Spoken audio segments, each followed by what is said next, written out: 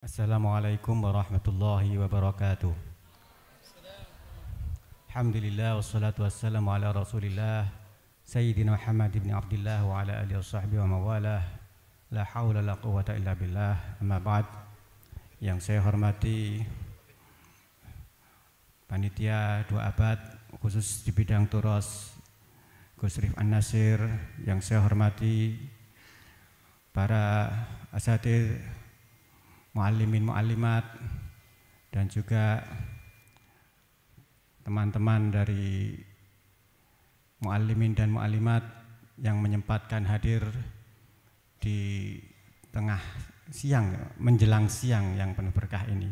Dan tentunya juga kolega kami, yakni Mas Azro dan juga Ustadz Khalil Rahman yang jauh-jauh khususnya dari Sumeneb ini harus menembus macet. Tapi alhamdulillah semuanya lancar dan tidak terkendala apapun. Saya di sini didaulat untuk menyampaikan sekilas sejarah tahqiq, di mana tahqiq ini adalah hal yang sebenarnya sudah lama, hanya istilahnya saja itu dikenal belakangan. Langsung saja, karena ini adalah edisi sasetan, edisi singkat, tradisi kritik teks dalam Islam. Jadi tahqiq itu lebih kepada semacam untuk meneliti ulang apa kandungan teks tersebut, apakah sesuai dengan ma'aradahul mu'allif, apa yang diinginkan oleh mu'allif.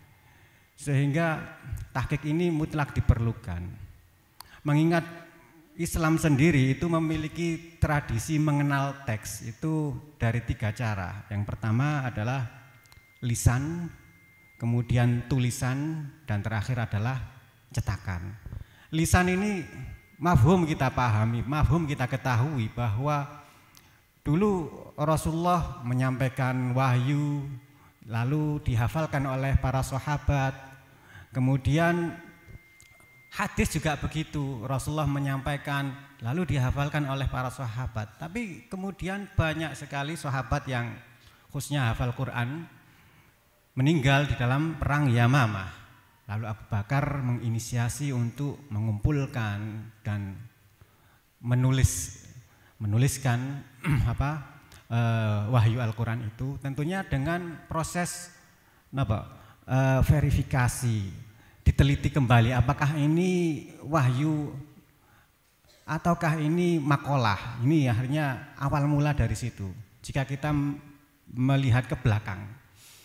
Kemudian penulisan ini berkembang, ya muncul para sahabat-sahabat yang di bidangnya seperti Ibnu Abbas, yang akhirnya banyak pula para sahabat yang mengabadikan beberapa tradisi yang kemudian dikumpulkan. Nah, istilah tahqiq ini sendiri muncul kalau di dalam beberapa penelitian, ketika saya membaca salah satu buku itu mengatakan ini baru dipopulerkan oleh Ahmad Zaki Pasha, seorang filolog Mesir. Jadi sebelumnya itu kalau di dalam kitab-kitab ditulisnya sohahahu gitu, nggak pakai tahqiq mboten. Kalau sekarang haqqaqahu biasanya seperti itu kalau sekarang. Kalau dulu nggak seperti itu.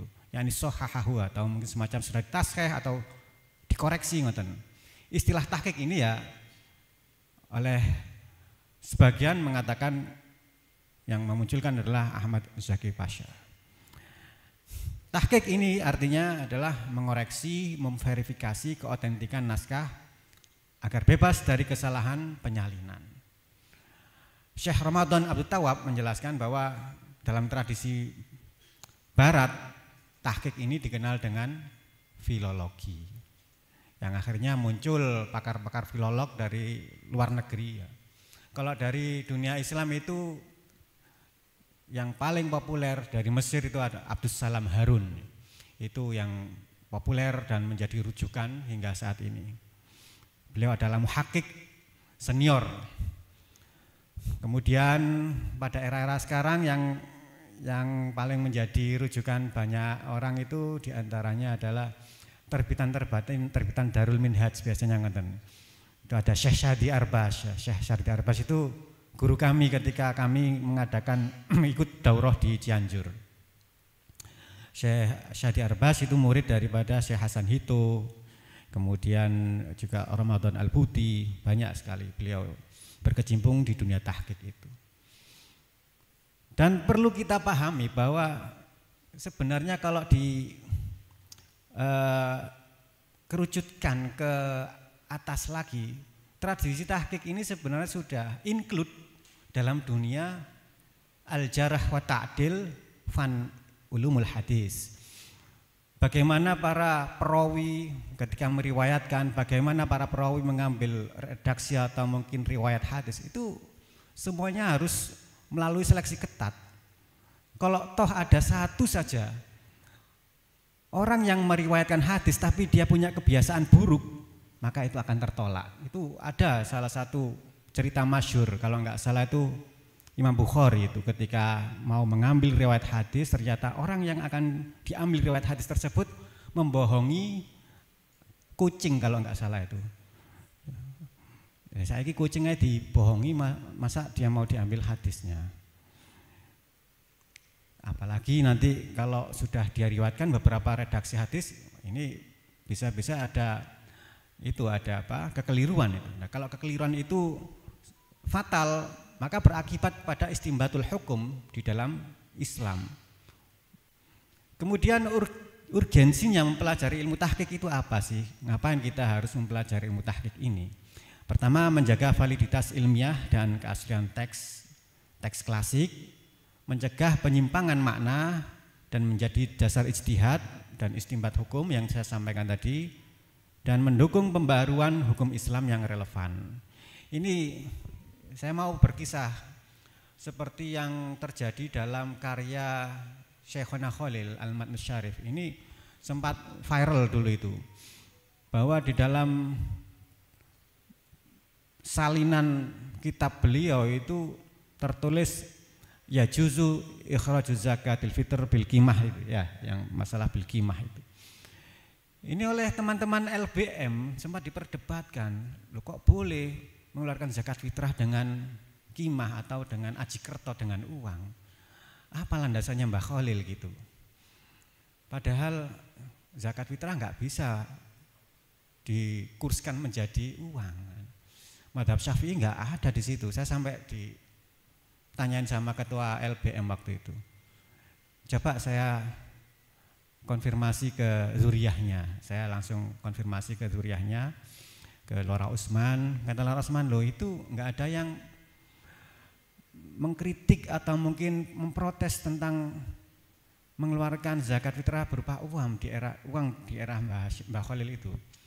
Karena bagi beliau itu memang sudah sangat simpel dan menolong proses untuk pendistribusian zakat fitrah. Kalau semuanya harus berupa beras, ini kan kadang tidak bisa tertasarufkan dengan baik. Gitu. Jikalau memang itu menjadi problem, maka santri-santri Mbah Khalil waktu itu seperti Ki Ahmad Kusyairi, terus Mbah Hashim pasti protes. Tapi ketika sudah naik cetak ya juzu ikhrajuz zakatil fitr bil qimah, beliau nggak protes. Ini gimana ini? Kemudian muncul teman-teman untuk berusaha mentahqiq ya, mencari naskah pembanding, kemudian mencari redaksi yang tepat, kemudian dicari pula rujukannya dari mana beliau. Akhirnya ketemu, akhirnya win-win solution atau menjadi penengah. Penengahnya adalah boleh mengeluarkan zakat fitrah dengan uang, tapi kemudian uang itu dibelikan beras untuk diberikan kepada fuqara wal masakin. Ini jalan yang paling mudah sesuai dengan kesepakatan LBM. Ya gimana lagi. Nah ini adalah keunikan-keunikan dari ulama kita terdahulu karena konteksnya berbeda dengan konteks saat ini. Kalau sekarang kita mungkin kiris ya atau mungkin transfer dan sebagainya. Nah, dulu konteksnya berbeda. Banyak sekali yang belum kita pahami dalam konteks sejarah pada waktu itu, apalagi di daerah Bangkalan. Terus perkembangan ilmu tahqiq ini ya seperti yang saya sampaikan tadi, ini adalah usaha atau upaya untuk menyeleksi. Ini dimulai dari bagaimana sahabat Abu Bakar mengajak untuk mengumpulkan mushaf, lalu berkembang pada penyalinan hadis dan karya ilmiah para ulama, ada Sahih Bukhari, Sahih Muslim dan seterusnya. Lalu ini juga menjadi profesi ilmiah dan akademik. Contoh di dalam kampus-kampus ini sekarang sudah mulai mulai bergairah untuk menelusuri manuskrip-manuskrip yang ada di pesantren terkait. Apalagi jika manuskrip tersebut adalah karya daripada muassis, seperti karya Mbah Wahab yang tadi disampaikan, Panyirep Gemuruh. Itu adalah tentang polemik Masjid Peneleh yang ada di Surabaya. Jamak kita ketahui Mbah Wahab ini kan beliau pernah menjadi menantu wong Surabaya, daerah mereka Kertopaten ya. Kemudian beliau menjadi salah satu rujukan masyarakat terkait beberapa putusan fikih. Beliau akhirnya menjelaskan melalui pendekatan usul fikih dan seterusnya.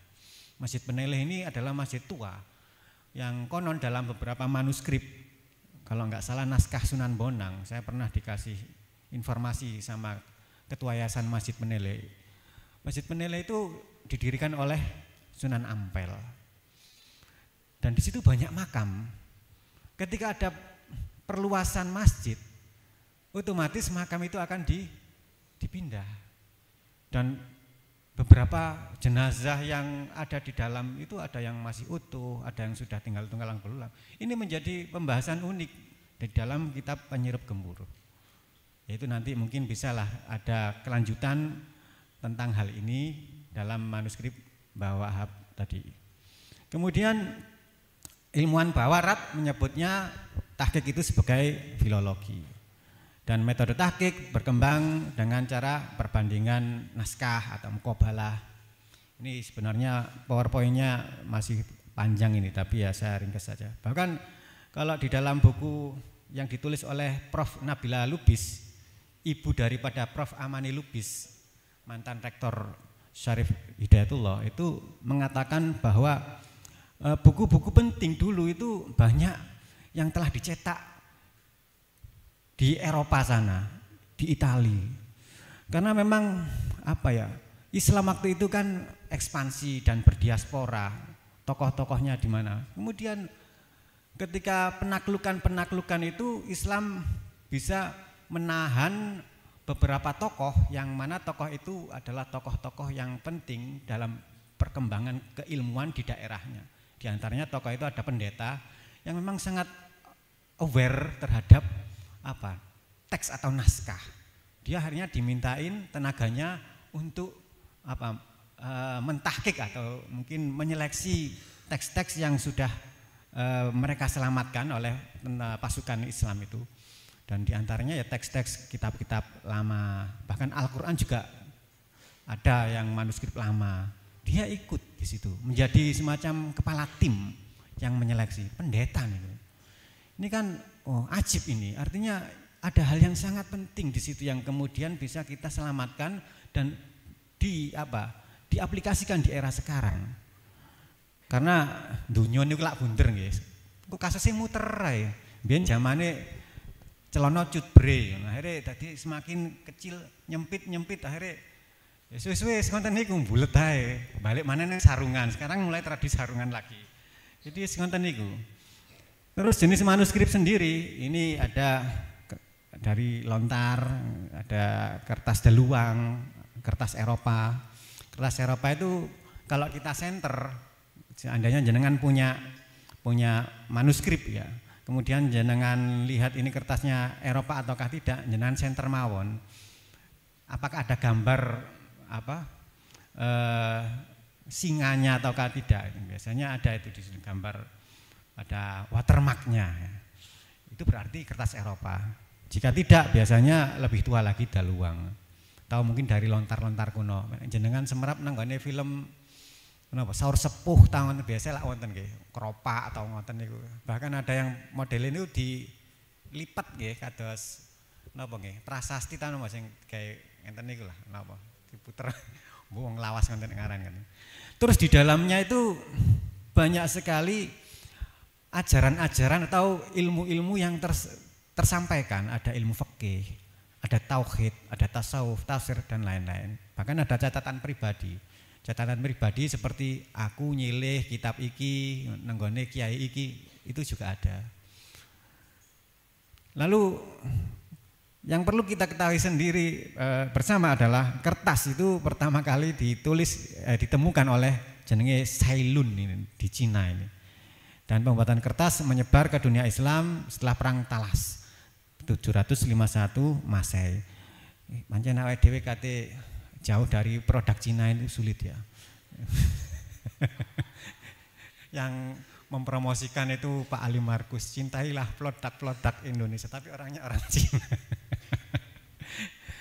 Tapi ala kulli hal memang mereka punya apa ya, punya intelektual yang bagus orang-orang Cina ini. Mereka pertama kali yang menemukan kertas.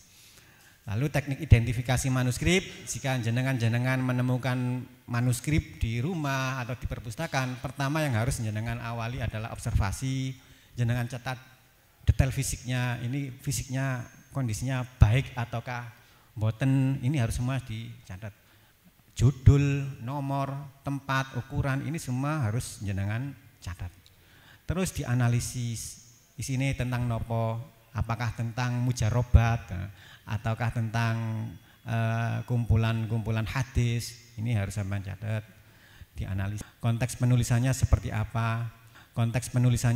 apa, bahkan kitab Safinah An-Najah itu atau sesuatu atau judul-judul tentang Safinah itu konon yang menulis itu ada konteksnya dengan Safinah, dengan perahu, dengan kapal. Bisa jadi beliau menulis pertama itu di atas kapal atau beliau itu daerahnya dekat dengan pelabuhan sehingga terinspirasi dengan judul Safinah. Itu ada yang seperti itu. Ya, kalau mungkin Gus Rifan nulis tentang kitab ya tambak beras, mungkin inspirasi ini tambak beras no? Judulnya mangke nopo ngono. Terus penerapan kritik teks. Ini yang tadi saya sampaikan, tahqiq untuk mendeteksi apakah ini ada penyimpangan atau kekurangan. Biasanya ada beberapa kaidah-kaidah atau mungkin kode-kode etik yang digunakan oleh para muhaqqiq, karena posisi muhaqqiq itu bukan dalam rangka ingin menyalahkan penulis, mboten. Kita itu adalah bagian dari ingin menyelamatkan, ingin meluruskan. Makanya di dalam nanti disampaikan dalam dunia tahqiq itu jika ada kekeliruan dalam teks aslinya maka di bawah ada keterangan al-khata', as-shawab, la'allahu dan seterusnya, itu nanti disampaikan oleh Ustadz Khalilur Rahman. Sehingga posisi kita itu benar-benar objektif. Kita adalah ya, pelanjut, ingin menyampaikan apa yang telah tertulis sebelumnya, bukan ingin malah menghapus dan malah menyalahkan. Jika sampai kita menyalahkan maka posisi kita adalah orang yang sudah melewati jalur muhaqqiq itu sendiri. Walhasil apa yang saya sampaikan secara ringkas ini, tujuan utama kita untuk mentahqiq kitab Turos adalah ingin menggelorakan kembali tradisi para ulama terdahulu. Dulu kita mengenal Syekh Mahfud At-Turmusi, kita mengenal Kiai Soleh Darat. Beliau-beliau adalah mu'allif handal, penulis-penulis handal yang menjadi rujukan banyak ulama. Syekh Ihsan Jambes. Tapi kenapa semakin kesini tuh kok semakin menurun? Yeah. Semakin kesini katanya semakin kesana. Malah kita nggak paham siapa Kiai Ihsan Jambes itu. Cuma ada yang mengatakan, oh Kiai Ihsan Jambes itu Kediri ta. Ono sing ngono niku, aduh kebablasan iki. Ya nek duduk santri ngono gak apa-apa sing takon, iki sing takon santri. Nah ini kan berarti waduh luar biasa, berarti jaraknya kok sampai seperti itu. Apalagi sampai mengenal karya Sirajut Thalibin dari Kiai Ihsan Jamil, dia nggak akan kenal. Dengan adanya daurah atau dengan adanya acara ini, kita berharap manuskrip, turos atau karya ilmiah para ulama terdahulu ini bisa mendekatkan kepada generasi yang akan datang. Kita posisikan kita sebagai jembatan, kita posisikan sebagai media penghantar untuk generasi yang akan datang, sehingga mereka akan tetap dekat dengan para ulama yang kita cintai. Mungkin itu yang bisa saya sampaikan sekilas. Alhamdulillah, wallahul muwaffiq ila thoriq. Assalamualaikum warahmatullahi wabarakatuh.